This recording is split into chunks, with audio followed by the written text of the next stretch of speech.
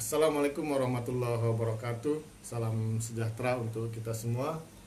Baik, pada pertemuan ini saya akan menceritakan sedikit tentang apa itu kimia.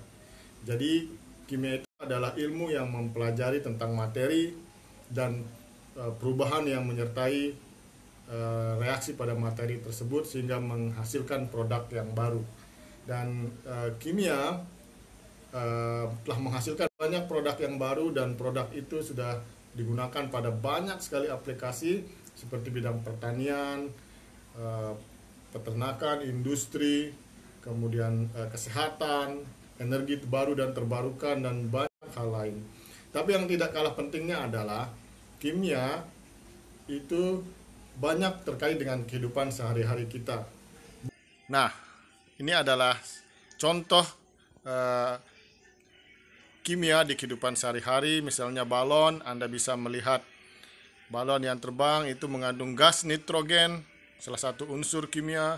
Kemudian pakaian yang kita gunakan juga berasal dari pabrik atau polimer yang disintesis. Kemudian makanan kita, nah ini contohnya misalnya terbuat dari glukosa yang termasuk bahan kimia. Nah, ini biasa kita temukan di kehidupan sehari-hari. Jadi glukosa atau gula itu biasa digunakan. Kemudian contoh lainnya adalah ini minuman. Jadi reaksi kimia dari hal-hal bahan-bahan sehari-hari bisa menghasilkan reaksi kimia yang masif dan membentuk produk yang baru. Oke, baik. Contoh berikutnya ini adalah kegiatan praktikum, misalnya di program studi pendidikan kimia, dan Anda akan menemukan banyak sekali kejutan, surprise, dan ini terkait juga dengan kehidupan sehari-hari. Misalnya bagaimana balon misalnya diperagakan oleh mahasiswa di depan kelas, dan ini cukup menarik untuk diperhatikan. Jadi Anda akan menemukan magic di kimia. Nah, selain itu juga ada aspek submikroskopik, kita menyebutnya.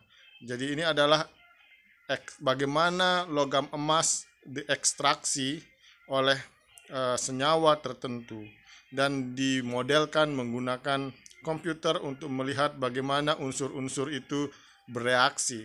Jadi teknologi di kimia sudah sangat berkembang dengan sangat pesat, terutama di bidang komputer.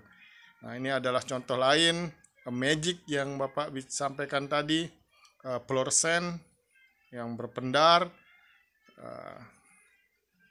Kemudian contoh lain ini adalah reaksi gas klorin dengan logam natrium atau sodium. Kita akan melihat bagaimana reaksinya. Ini pada dasarnya adalah pembentukan garam dapur. Jadi reaksinya sangat vigor, sangat luar biasa keras, sangat eksotermik. Jadi natrium direaksikan dengan gas klor, logam natrium dengan gas klor.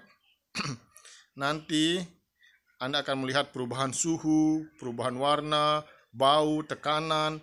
Jadi dari suatu reaksi kimia, dan akhirnya akan membentuk produk baru.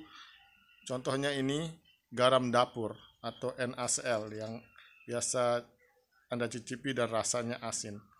Nah, kemudian teknologi juga berperan dalam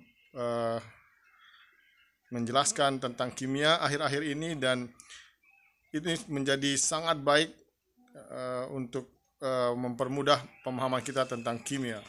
Baik, semoga video singkat ini bisa memotivasi Anda dan bisa memberikan wawasan baru bahwa kimia itu bukan hanya tentang industri yang masif, tapi kimia juga berkaitan dengan kehidupan kita sehari-hari.